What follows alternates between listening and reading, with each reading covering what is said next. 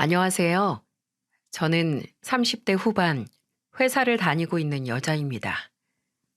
우연히 알게 된 채널에서 여러 사연을 듣다 보니 제 얘기를 안 할 수 없어서 이렇게 사연을 보내게 됐습니다. 30대 후반이라고 하면 시집 가서 애 낳고 애 키우느라 정신 없을 것 같다고 생각하실 수도 있는데 저는 완전히 다른 세상에 살고 있어요. 제 팔자에 이혼이 있을 줄은 몰랐는데 어쩌다 보니 이혼까지 하게 됐네요.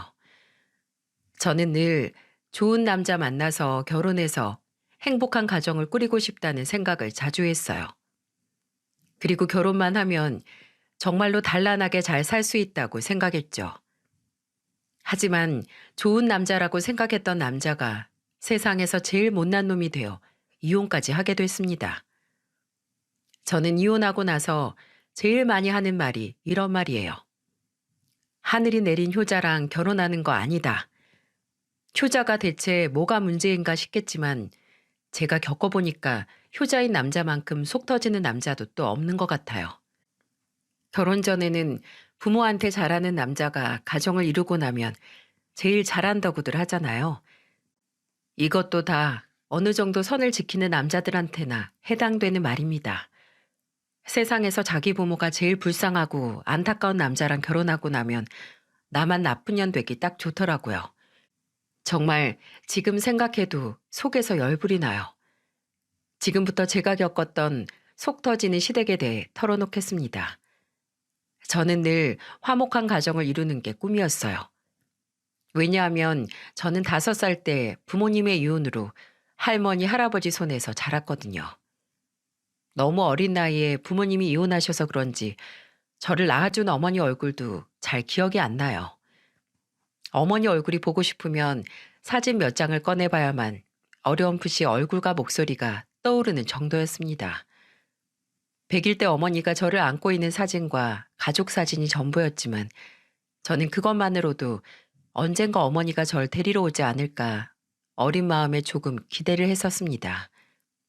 그런데 이런 기대와 달리 어머니는 한 번도 저를 찾아오지 않으셨어요. 게다가 아버지마저도 자주 보지 못하고 컸고요. 아버지는 이혼 후 생계를 책임지기 위해 저를 할머니, 할아버지한테 맡겨두고 열심히 생업 전선에 뛰어드셨거든요. 바쁘고 피곤한 와중에도 잠깐이나마 저를 보러 와주셨는데 다시 일하러 가야 되는 아버지를 보면 항상 눈물을 흘렸어요. 그런데 그런 저를 보면 아버지도 마음이 안 좋으셨는지 발걸음을 떼지 못하고 저를 보며 따뜻한 목소리로 말했습니다. 주영아, 아빠가 열밤 자면 또 올게. 정말로 열밤 자면 또 올 거야? 그럼 우리 주영이 좋아하는 빵 사서 꼭 올게. 그러니까 할머니, 할아버지 말씀 잘 듣고 있어. 손가락으로 세고 있을 테니까 얼른 와야 된다, 아빠. 아빠는 늘 한 달이나 2달이 지나야 왔었는데 그때는 무슨 일인지 정말로 열흘 뒤에 양손 가득 빵을 사들고 오신 거예요. 하지만 밤을 꼬박 새고 온 아버지가 몰래 코피를 흘리시는 걸 보고 저는 그날 이후 아버지가 가는 날 떼를 쓰지 않았어요. 제가 떼를 쓰면 아버지가 힘들어진다는 걸 너무 일찍 알게 된 것 같아요. 그때는 제가 아버지를 힘들게 하면 아버지마저 나를 떠나는 건 아닐까 하는 공포심이 늘 있었어요. 그래서 철도 일찍 들었던 것 같네요. 뭐든지 혼자서 척척 해내는 일에 익숙해지기 시작했죠. 그러다 초등학교 5학년이 될 무렵 드디어 아버지와 살 수 있게 됐어요. 할머니, 할아버지가 사랑으로 저를 보살펴 주셨지만 아버지와 살게 된다고 생각하니까 너무 기뻤어요. 그리고 제가 초등학교 5학년이 됐을 때는 혼자서 할 수 있는 게 정말 많았어요. 아버지가 아침 출근 전 밥만 해놓고 나가면 혼자서 학교 끝나고 밥도 차려 먹고 설거지까지 해놨습니다. 그러면 퇴근하고 돌아온 아버지는 저를 칭찬하며 말했어요. 우리 딸 숙제하기도 바빴을 텐데 언제 이렇게 다 치워놨어? 아빠 집에 오면 빨리 쉬라고 내가 해놨어. 나 잘했지? 아유, 어쩜 이렇게 착하고 마음이 고울까? 내일은 이 아빠가 일찍 마치고 올 테니까 우리 외식하자. 정말? 그럼 우리 내일 삼겹살 먹자. 삼겹살. 우리 딸이 먹고 싶다는데 이 아빠가 못 사줄 게 뭐야. 아빠가 다 사줄게. 두 식구 단촐했지만 늘 딸이 먼저인 아버지 덕에 항상 행복했던 기억이 나네요. 초등학교 다니면서 부모님 참관 수업이나 운동회 같은 것도 아버지는 항상 참여하려고 노력을 많이 하셨어요. 제 기억 속 아버지는 늘 저를 외롭지 않고 기죽지 않게 키우시려고 최선을 다했던 분이셨습니다. 그래서 저는 학교 다닐 때도 어머니가 없다는 것이 부끄럽지 않았어요. 아버지 혼자서 어머니 몫까지 다 해주셨거든요. 지금 생각해도 저희 아버지는 참 대단하다고 생각해요. 아버지 덕에 저는 초등학교, 중고등학교까지 무사히 마치고 대학교까지 졸업할 수 있었어요. 제가 대학교 합격했던 날 아버지가 눈물을 흘리며 제 손을 잡고 이런 말을 하셨습니다. 못난 아빠 밑에서 이렇게 똑똑한 딸이 나왔어. 너는 공부만 해. 하나뿐인 내 딸 위해서 이 아빠는 못할 게 없어. 아빠는 건강하기만 해. 내가 성공해서 꼭 효도할 테니까. 너무 내 걱정만 하지 말고 아빠도 아빠 잘 챙겨. 걱정 마. 나는 네가 이렇게 잘 되는 것만 봐도 어디서 산삼이라도 먹은 것처럼 힘이 불끈불끈 난다니까. 요즘 말로 하자면 정말 딸바보였어요. 그런 아버지는 제 한 몸 다 바쳐서 저를 키워내셨어요. 비싼 등록금으로 공부하니까 저는 한눈도 안 팔고 정말 공부만 했었습니다.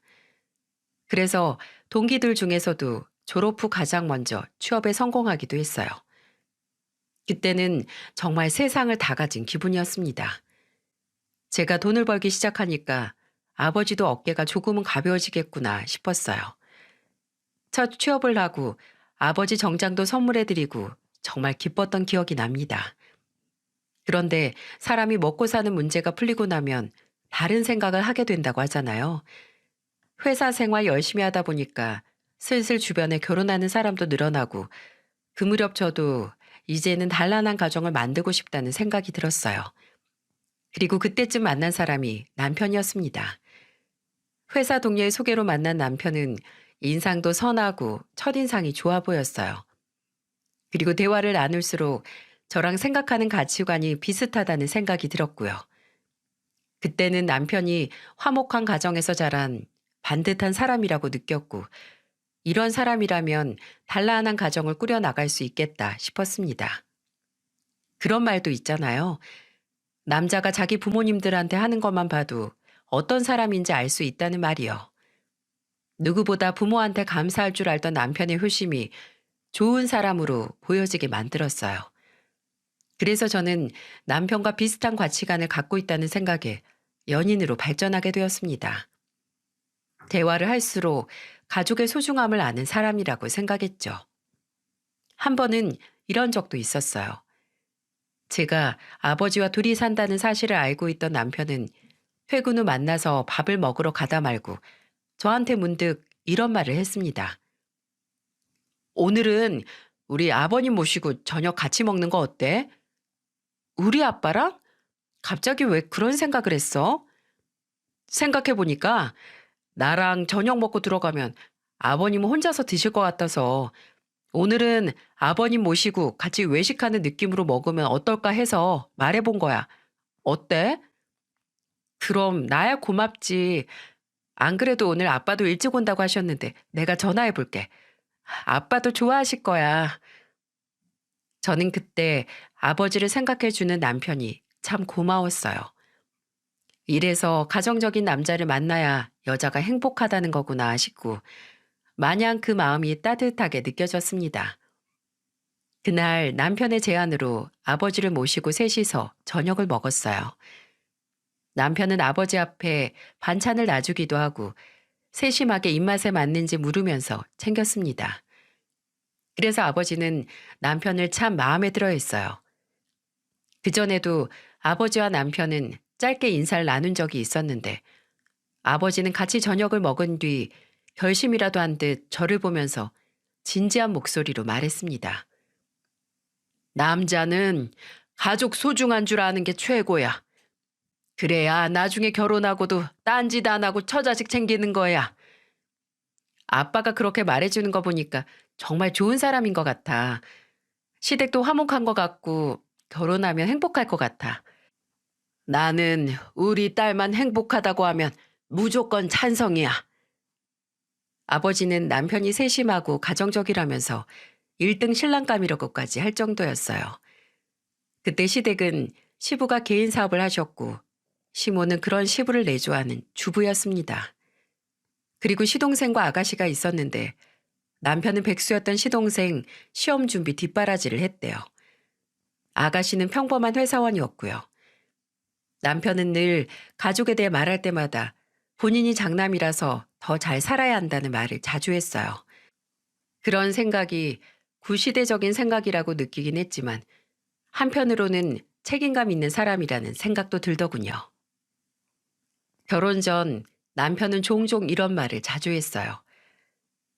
내가 장남이라 그런지 동생들 본보기가 될 만큼 잘 살고 싶어. 부모님도 동생보다는 나한테 거는 기대가 크시니까 내가 잘해야지. 그때는 이런 말도 책임감처럼 느껴졌어요. 게다가 남편이 자기 부모님을 챙기는 만큼 저희 아버지를 생각해 주는 것 같아 저는 마냥 좋았습니다. 그렇게 흠잡을 곳 없던 남편과 주변의 축복을 받으면서 결혼하게 됐어요. 그런데 정말 사람이 참 간사하죠? 결혼 전에는 그렇게 가정적이라면서 좋았던 남편이 달라 보이기 시작하는 거예요. 결혼 전과 남편은 달라진 게 없었는데 그 점이 저를 미쳐버리게 만들었습니다. 시댁을 갈 때마다 든 생각이지만 시모가 시부를 과하게 챙긴다는 느낌을 지울 수가 없었어요. 처음에는 참 오래 살았는데도 부부 사이가 참 좋구나 생각했지만 결혼하고 나서도 시부 앞에서 꼼짝을 못하는 시모를 보니까 이상해 보였습니다. 결혼 후 남편과 시댁에 갔을 때 시모의 행동을 보고 놀랐던 적이 있어요. 남편과 같이 퇴근 후 시댁에 저녁을 먹으러 갔던 날이었죠. 시모는 한 번 밥상을 차리면 기본 반찬이 10가지도 넘게 차렸어요. 게다가 시부 반찬은 따로 몇 개 더 차려놓을 정도로 세심하게 신경 쓰는 거예요. 그래서 저는 시부가 좀 입맛이 까다로운가 싶었습니다. 그런데 나중에 알고 보니까 시모가 좋아서 매번 밥상을 그렇게 차리고 있는 거였어요. 그날 저녁 푸짐하게 시댁에서 저녁을 먹고 남편과 시모를 도와서 뒷정리를 하고 있었죠. 저는 시모를 보며 넌지시 물어봤어요. 어머님, 매번 이렇게 차리시는 거 힘들지 않으세요? 나는 이게 편해. 네 시아버지는 내가 차린 밥상 아니면 안 먹어. 그게 다 나를 특별하게 생각하니까 내가 차린 것만 먹는 거야. 그래도 아버님 밥상만 보면 무슨 한정식 코스 같아요. 네가 몰라서 그러는데 여자가 요리를 잘하면 바람난 남편도 배가 고파서 집에 돌아온다잖아. 나는 남편이 바람 펴도 죽기 전에는 내 옆에서 죽었으면 좋겠어. 너도 요리 잘하고 내조 잘해야 남편 옆에 붙잡아 두는 줄로만 알아. 밥 잘 먹고 쉰소리를 하는 시모를 보면서 저는 헛웃음이 나왔어요. 시부가 외도란 건 아닌데 혹시나 바람나더라도 시모 옆에서 죽었으면 좋겠다고 말하는 시모를 보니까 어이가 없더라고요. 그래서 그때 알게 됐어요. 시모는 시부가 너무 좋아서 어쩔 줄 모르는 사람이었어요. 결혼 생활이 30년이 넘어도 시부가 엄청 좋았나 봐요. 시부는 비슷한 나이대 아저씨들 중에서도 잘생긴 얼굴이긴 했어요. 키도 크셔서 멀리서 봐도 한눈에 들어오는 모습이 얼핏 보면 중년 배우 같은 모습이었죠. 그래서 두 분이 결혼 전에도 시모가 시부를 쫓아다녀서 겨우 만난 거라는 말을 한 적이 있었어요. 그래도 부부인데 참 너무 심하다 싶었습니다. 게다가 시모는 시부 바지를 늘 다리미로 다려서 구겨짐 하나 없이 챙겼어요. 저는 우연히 시부 바지가 구김 하나 없이 빳빳하길래 물어봤더니 시모가 너무 뿌듯한 목소리로 말하는 거예요. 내가 아침마다 우리 남편 바지 스팀 다리미로 다려주잖아. 남자는 밖에서 옷만 봐도 집에서 얼마나 챙김받고 사는지 다 나온다니까. 남자는 셔츠 깃이랑 바지 선이 중요해. 너도 네 남편 셔츠랑 바지 잘 챙겨줘. 요즘 회사는 정장 입고 안 다녀요. 그냥 편하게 다니고 있어서 괜찮아요, 어머님. 그래도 남자는 결혼하면 더 깔끔하게 만들어줘야 된다니까. 남편이 지저분하면 네 얼굴에도 먹칠하는 거야. 시모는 옛날 조선시대에서 온 사람처럼 시부를 챙겼어요. 그 모습을 보니까 어디 과거에서 온 사람인가 싶었다니까요. 그런데 옆에서 보면 시부는 무덤덤한데 시모만 유난이었어요. 시부가 늘 깔끔한 차림으로 다닐 수 있었던 건 다 시모의 노력 덕분이었습니다. 시부가 아침에 9시에 나간다고 하면 시모는 최소 7시에는 일어나서 아침 밥상부터 나갈 때 입을 옷까지 전부 다 챙겼어요. 심지어는 지갑에 현금은 있는지 없는지까지 다 체크했다니까요. 참 대단하지 않습니까? 그런데 시모가 이렇게 시부만 챙겨서 그런지 남편은 결혼하고도 동생 챙기기에 여념이 없었어요. 결혼 전에는 남편이 가족을 얼마나 챙기든 크게 신경 쓰지 않았습니다. 시동생이 공무원 시험을 준비하는데 남편이 학원비와 생활비를 도와준다고 했을 때도 결혼 전이니까 괜찮았어요. 하지만 생각보다 시동생의 시험 준비는 길어져만 갔습니다. 그때는 그렇게 오래 공부할 거라고 생각도 못 했어요. 그래서 저는 남편한테 이런 말을 한 적이 있어요. 도련님, 시험 너무 오래 공부하는 거 아니야? 부국 공무원 시험을 누가 3년도 넘게 공부만 하고 있어. 그 정도면 공무원 되기는 포기하고 다른 직업을 알아보는 게 낫지 않아? 그래도 본인이 하겠다는데 내가 어떻게 그만두라고 말해. 내가 형인데. 형이니까 더 동생한테 따끔하게 말해야지. 군소리 없이 학원비에 생활비까지 도와주니까 공부도 설렁설렁 하잖아. 아니야, 열심히 하고 있어. 내가 이번에는 정말 제대로 하라고 할게. 제대로 하기는 개뿔. 저번에도 술에 잔뜩 취해서 당신한테 전화하는 거 내가 다 들었는데 진짜 이번에 떨어지면 안 도와준다고 꼭 말해. 꼭. 결혼했으면 이젠 나랑 상의를 해야지. 알았어. 내가 이번에는 꼭 붙으라고 말할게.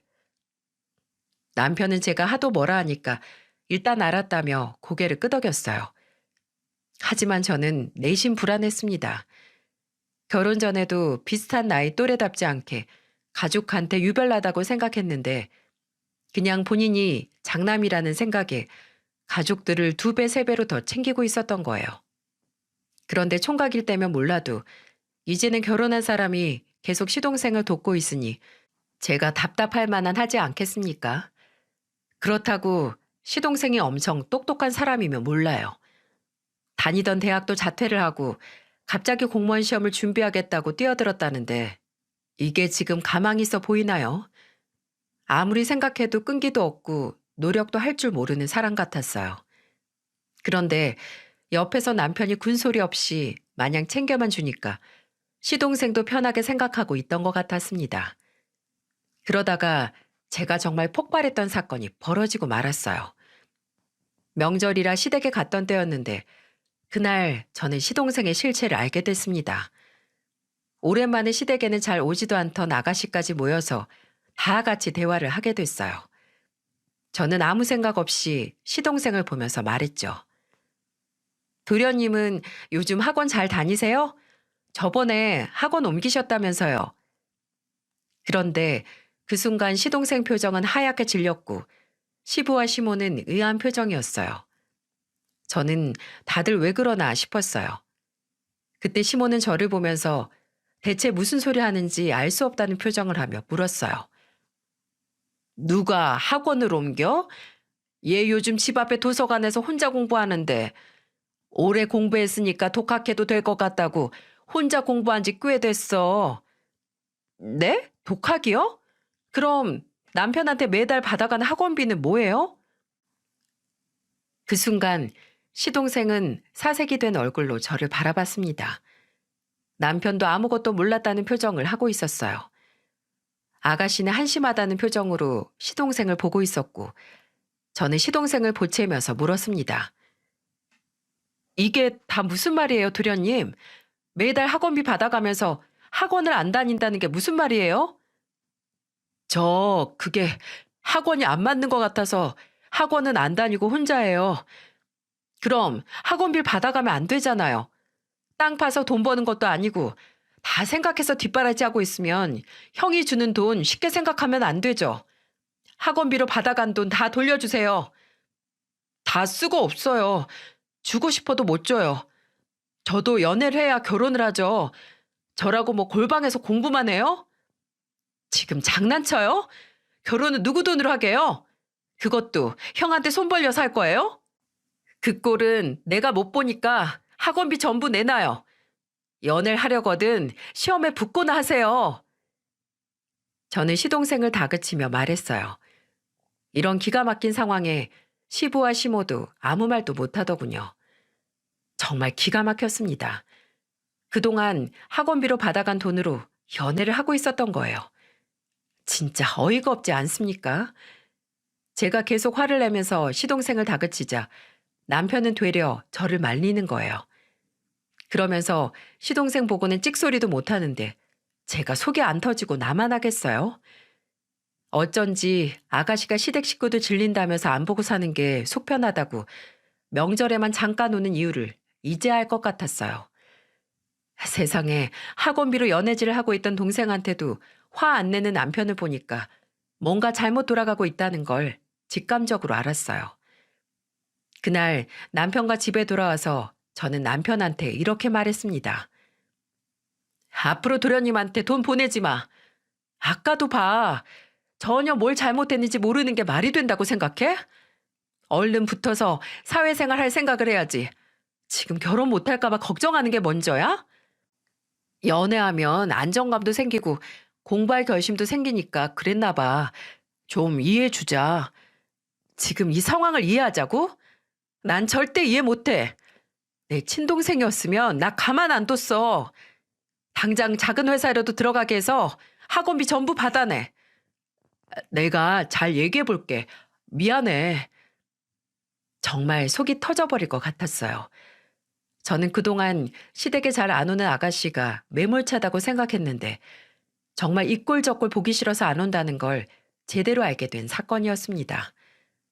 남편은 자기가 시동생이랑 이야기해 보겠다고 하면서 저는 시동생과 전화도 못하게 했어요. 그러다가 한참 뒤 시험은 접고 작은 회사라도 알아보기로 했다고 하더군요. 취업하면 돈도 갚기로 했다면서 저를 안심시켰어요. 저는 남편의 말을 철석같이 믿었습니다. 세상에 아무리 자기 동생이 중요해도 설마 저를 속일 줄은 상상도 못했어요. 시동생이 학원비를 다른 곳에 쓰고 있다는 걸 알게 된 후로 저는 남편 지출 관리를 더 세심하게 했습니다. 그때만 해도 저와 남편은 월급 관리를 같이 하고 있었거든요. 그런데 남편한테 크게 실망하는 일이 연달아 터지기 시작했어요. 어느 날 남편 앞으로 날아온 카드 고지서 중에 모르는 카드가 있는 거예요. 이게 뭔가 싶어서 뜯어봤죠. 저는 카드 내역서를 확인해보고 정말 소름이 끼쳤어요. 카드 내역이 전부 술집 아니면 카페, 영화 등등 전부 놀았던 흔적 투성이었는데 사용 시간을 보니 남편은 회사에 있을 시간이었죠. 그때 딱 알았어요. 이 카드는 남편이 아니라 시동생이 쓰고 있었다는 걸요. 그래서 저는 시동생한테 전화해서 이렇게 말했어요. 대체 뭘 하고 다니면 카드를 이렇게 막 써요? 취업 준비는 하고 있는 거예요? 형수님, 저도 머리를 식혀야 취업 준비도 하고 열심히 살죠. 뭘 했다고 머리 식혀요? 솔직히 하는 것도 없이 맨날 놀고 먹고 자는 거 말고 하는 것도 없잖아요. 말이 너무 심하신 거 아니에요? 그리고 우리 형이 동생 좀 돕겠다는데 왜 그러세요?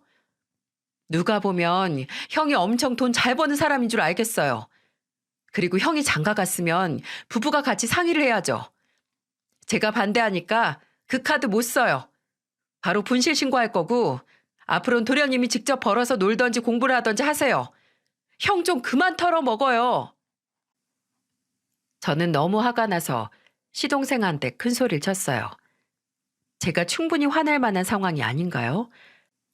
정말 제 동생이었으면 정신 차리라고 머리 밀어서 방에 가뒀을지도 몰라요. 그만큼 저는 시동생이 너무 한심했어요. 대체 뭘 했다고 쉬겠다는 건지 이해도 안 갔고요. 그런데 이런 저를 이해 못하는 사람이 바로 제 편이라고 믿었던 남편이었습니다. 남편은 그날 저녁에 집에 와서 저를 보고는 되려 화를 냈어요. 솔직히 남편 입장에서는 입이 두 개여도 할 말이 없어야 정상 아닌가요? 저한테 미안하다는 말 말고는 할 게 없을 줄 알았는데 너무 당당하게 저를 보면서 이런 말을 하더군요. 당신 왜 취업 준비하느라 힘든 애한테 화를 내? 애? 누가 애야? 당신은 술 마시고 여기저기 놀러 다니는 애 본 적 있어? 솔직히 도련님 나이면 혼자 사회생활에서 먹고 살아야 정상인 거 몰라? 누가 30 중반이 되도록 형한테 기생해서 살고 있냐고. 기생이라니? 내가 내 동생 돕고 있는 거지. 당신이 가족이 없어서 잘 모르나 본데 원래 다 이렇게 사는 거야. 뭐? 지금 그게 나한테 할 소리야? 당신이야말로 정신 차려. 결혼해서 가정 꾸린 사람이 시댁에 그렇게 돈 퍼주고 누가 그렇게 사나 찾아봐. 당신 한 번 더 도련님 도와주면 그때는 나도 가만두고 못 봐. 저는 말도 안 되게 카드를 쓰고 돌아다니는 시동생 덕에 뚜껑이 제대로 열려 있었어요. 그런데 그걸 말리지도 않고 오히려 돈을 주고 있는 형이라니. 제 상식으로는 도저히 정말 이해할 수 없었습니다. 장남이라고 해서 말도 안 되는 상황에 반발도 못하고 돈만 보태주는 게 맞나요? 아닌 건 아니라고 말해야 될 텐데 남편은 그런 걸 못했어요. 정말 바보인가 싶게 시댁 일이라면 자기가 제일 먼저 나서는 거예요.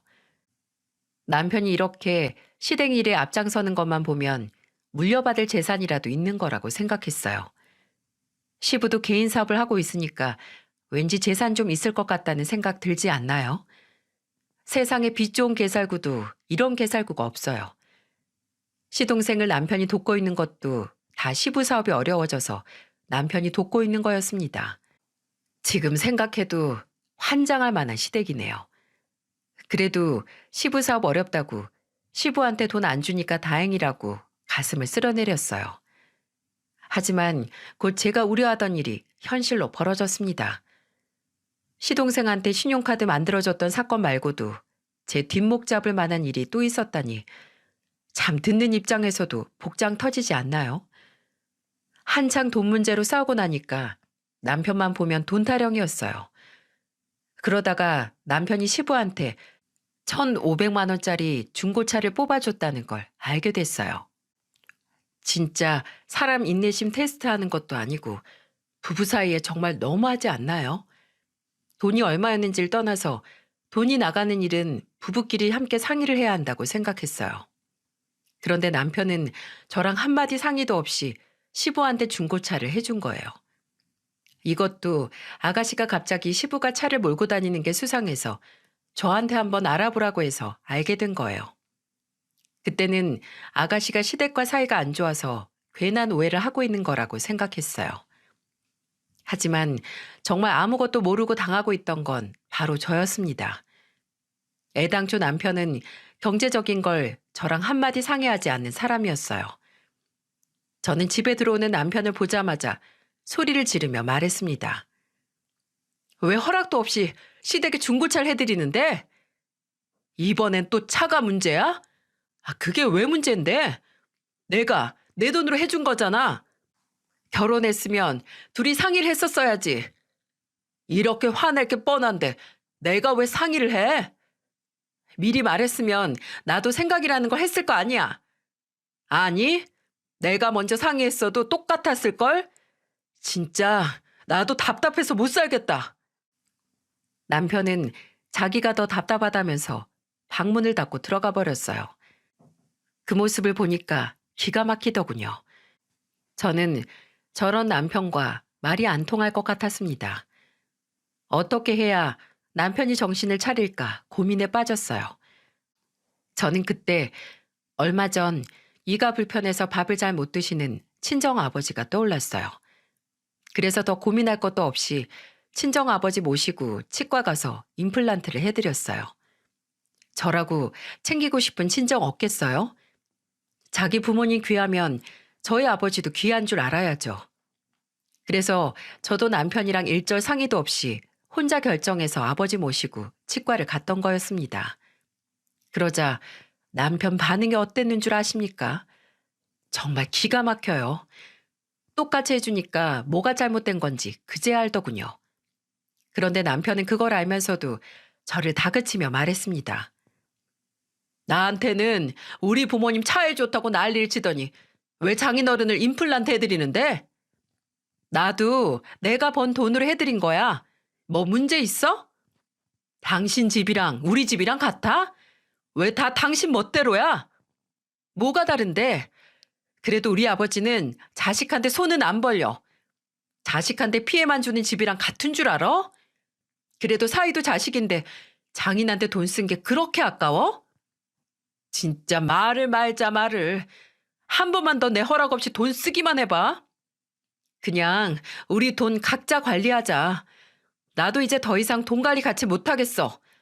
밑 빠진 독에 물 붓기 같아. 그래, 아주 바라던 바야. 나도 너 같은 속 좁은 사람이랑은 경제적으로 같이 뭘 할 생각도 하기 싫어. 나도 그동안 뒤통수를 하도 맞아서 각서라도 써야겠어. 각서 써. 지금부터 각자 자산에 아무 권리 없다고 각서 쓰라고. 그날 저는 남편과 결국 돈 관리를 따로 하기 시작했어요. 그동안 한 힘으로 두말하던 남편 때문에 각서도 받았습니다. 얼마나 제가 당했으면 각서까지 이렇게 받겠습니까? 저는 종이를 꺼내서 각서에 앞으로 돈을 각각 관리하며 이혼을 하더라도 서로의 자산에 전혀 권리가 없다는 내용이었어요. 부부 사이에 이혼이라는 단어가 오고 가는 것도 웃기지만 그때는 최악의 상황을 고려하지 않을 수 없었어요. 사실상 월급 관리도 따로 하기로 한 마당에 이것저것 안 따져보는 게 더 이상했습니다. 그래서 정말 그날 이후부터 각자 돈 관리하기 시작했고 남편은 월급에 자유가 생기니까 시댁을 더 많이 돕더군요. 그동안 제 눈치 보느라 그것도 그나마 덜 돕고 있었던 거예요. 정말 기가 막혀요. 아니, 대체 장남이 뭐라고 이렇게까지 하는 걸까요? 지금 생각해도 각서까지 쓰고 서로 월급 관리 따로 한 게 신의 한 수였네요. 시부는 사업이 어려우니까 생활비를 남편한테 손 벌리기 시작한 거예요. 아가씨는 애초에 모르쇠로 일관하니까 만만한 사람이 남편이었던 겁니다. 저는 그러거나 말거나 이제는 내 돈이 시댁으로 흘러갈 걱정 없으니까 신경도 안 썼어요. 저렇게 시댁만 돕는데 돈이 모일까 의문이었습니다. 그런데 제가 이렇게 남편과 난리를 치는 동안 친정 아버지한테 심각한 문제가 벌어지고 있었어요.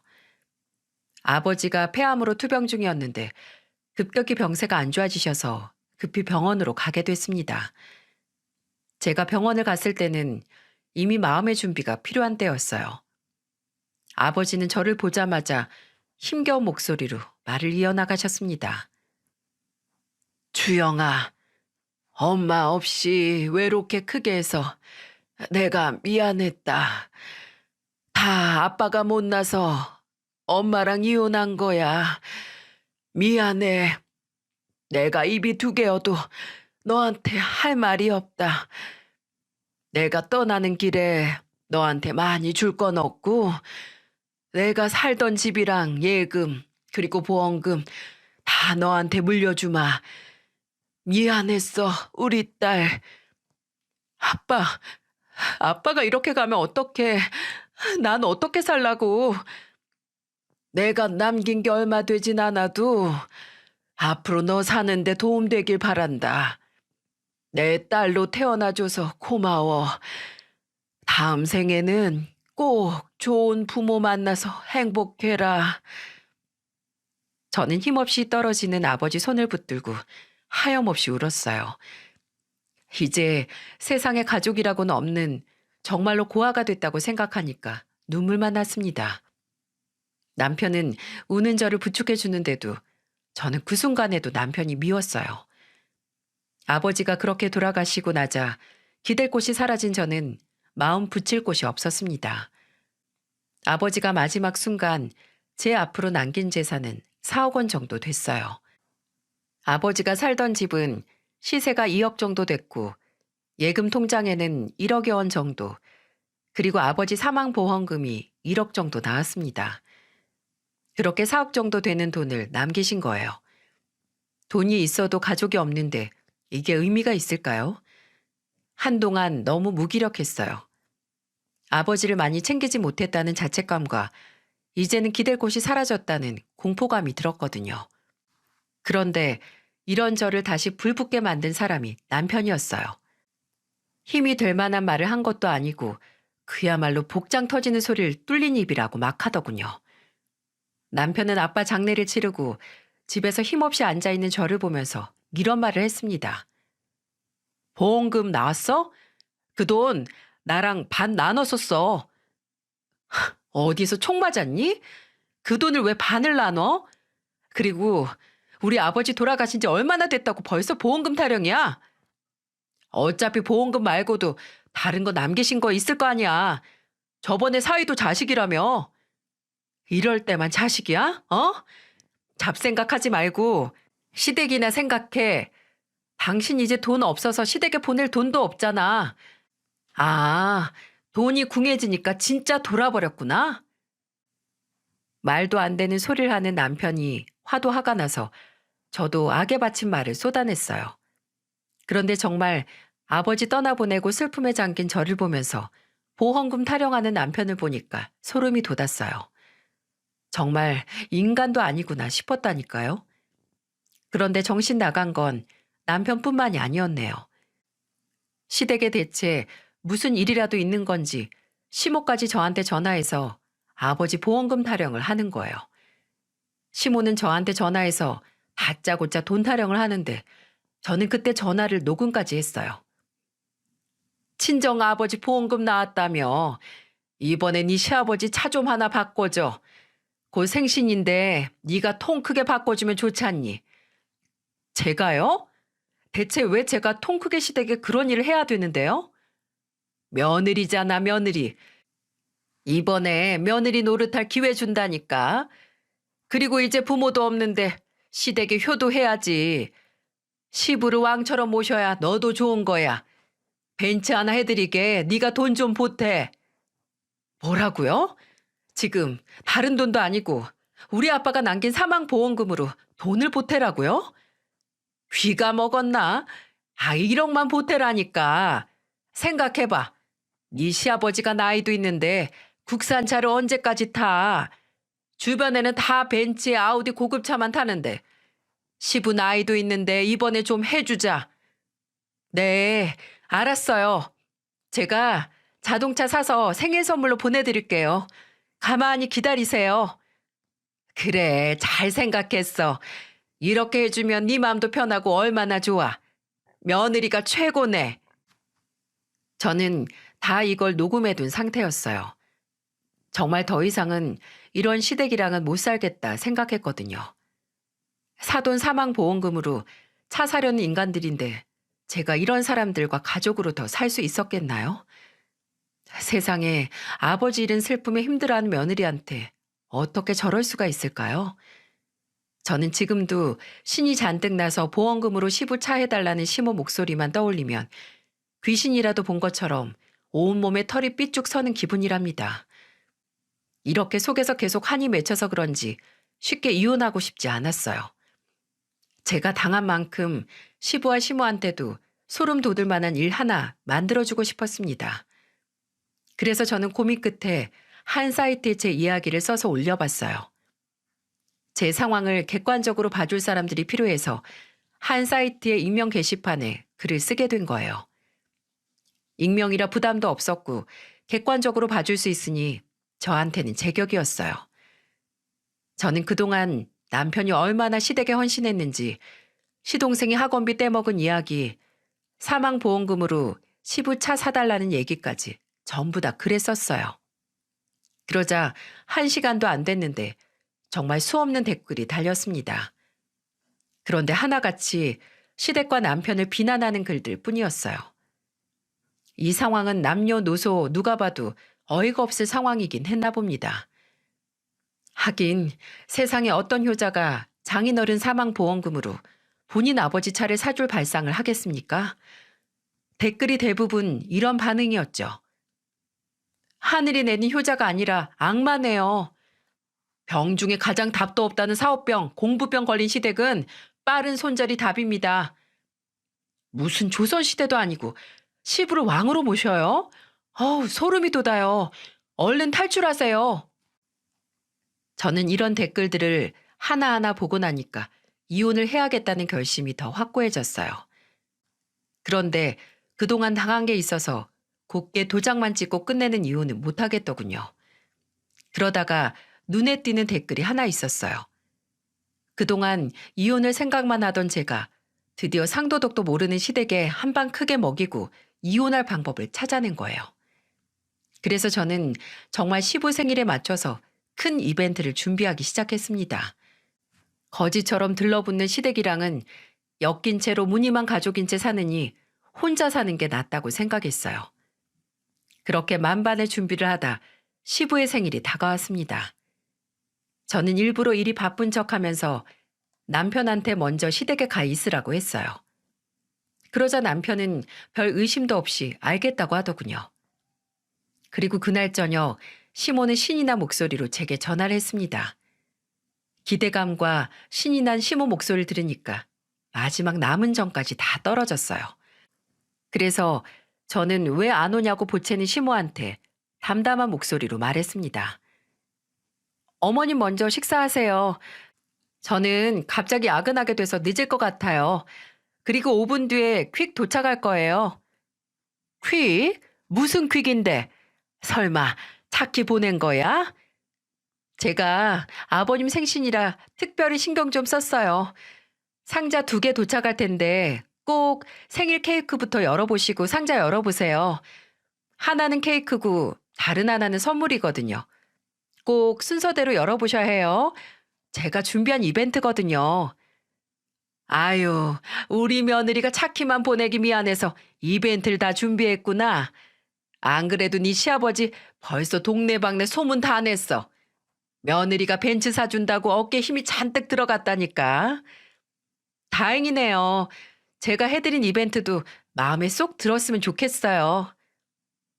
시모는 시댁의 시부, 시모 남편, 그리고 시동생과 아가씨 이렇게 다 모여 있다면서 저보고 빨리 오라면서 보챘습니다. 저는 속으로 잘 모였다 싶었어요. 아가씨가 마음에 걸리긴 했지만 아마 그걸 다 봐도 저를 이해해 줄 사람이라고 생각이 들었습니다. 그렇게 저는 없지만 제가 준비한 시부의 생일 파티가 시작됐어요. 생일 케이크에 초를 붙이고 시댁 식구들이 시부를 위해 생일 축하 노래를 불렀대요. 그리고는 시부가 기대에 가득 찬 얼굴로 선물 상자를 열자 그 자리에 있던 모두가 경악을 했습니다. 바로 제가 보낸 특별 선물 때문이에요. 나중에 아가씨한테 듣게 된 시댁은 정말 아수라장이었다고 하더군요. 역시 제 이벤트를 이해해주는 사람은 아가씨뿐이었다니까요. 제가 준비한 이벤트는 정말 극과 극이었어요. 아가씨의 반응은 좋았지만 시모는 난리도 아니었습니다. 상자를 확인하고는 저한테 전화해서 극대노를 했어요. 야, 너 미쳤어? 지금 누구 죽으라고 고사 지내는 거야? 여기가 어디라고 돼지머리를 보내는 거야? 네, 맞아요. 저는 시아버지 생신에 다 썩은 돼지머리를 보냈습니다. 그때 제가 익명 게시판에 글을 썼을 때 본 댓글에 이런 내용이 있었어요. 어떻게 감히 친정아빠 보험금을 탐내나요? 그런 탐욕스러운 인간들 한 방 먹이고 이혼하세요.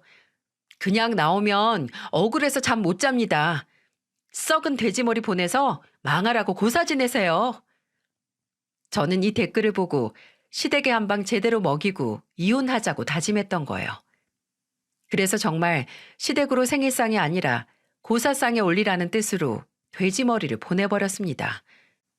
저희 아버지 죽음을 돈으로만 생각한 시댁에 제대로 보낸 특별 선물 맞지 않습니까? 그런데도 시모는 저한테 악을 쓰며 화를 내더라고요. 아주 우리 집안 골탕 먹이려고 머리 좀 굴렸나 본데 이런다고 우리가 망할 것 같아? 망하든 말든 아줌마 마음대로 하세요. 나는 신경 끌 거니까. 뭐? 아줌마? 이게 지금 반말을 하네? 그럼 우리 아빠 보험금으로 헛꿈 꾸는 사람 내 마음대로 좀 부르면 어때서? 이제 가족도 없는 고아 주제에 시댁 무서운 줄 모르고 나대고 앉아있네. 시댁이라니 나 이제 시댁 없어. 그리고 아줌마 남편은 아직 살아있는데 뭐가 그렇게 억울해? 혼자 억울해하고 스피커폰으로 아줌마 아들 바꿔. 미쳤네. 내가 너 가만두나 봐. 시모는 악을 쓰면서 소리를 질렀고 옆에 있던 남편이 사태 파악을 하려고 전화기를 바꿔들었어요.